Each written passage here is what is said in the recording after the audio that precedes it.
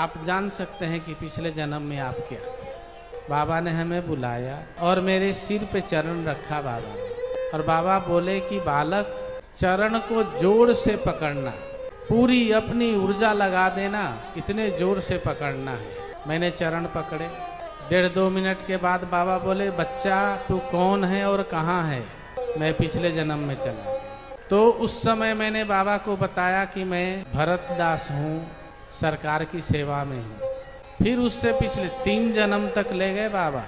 3 जन्म के बाद फिर साधुओं से पूछा, तुम लोग भरत दास को जानते थे? बोले जी सरकार, सांप काट दिया था, मृत्यु हो गई थी उसकी। बाबा बोले वही भरत दास है।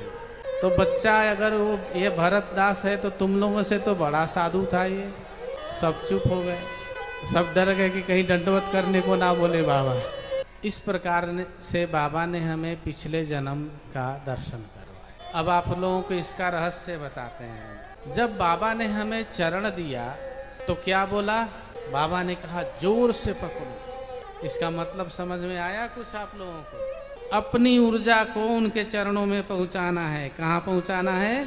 चरणों में। ध्यान देने की चीज है। ये सब योगियों की रहस्य है, मैं बता रहा हूँ आपको। इस प्रकार से आप जान सकते हैं कि पिछले जन्म में आप क्या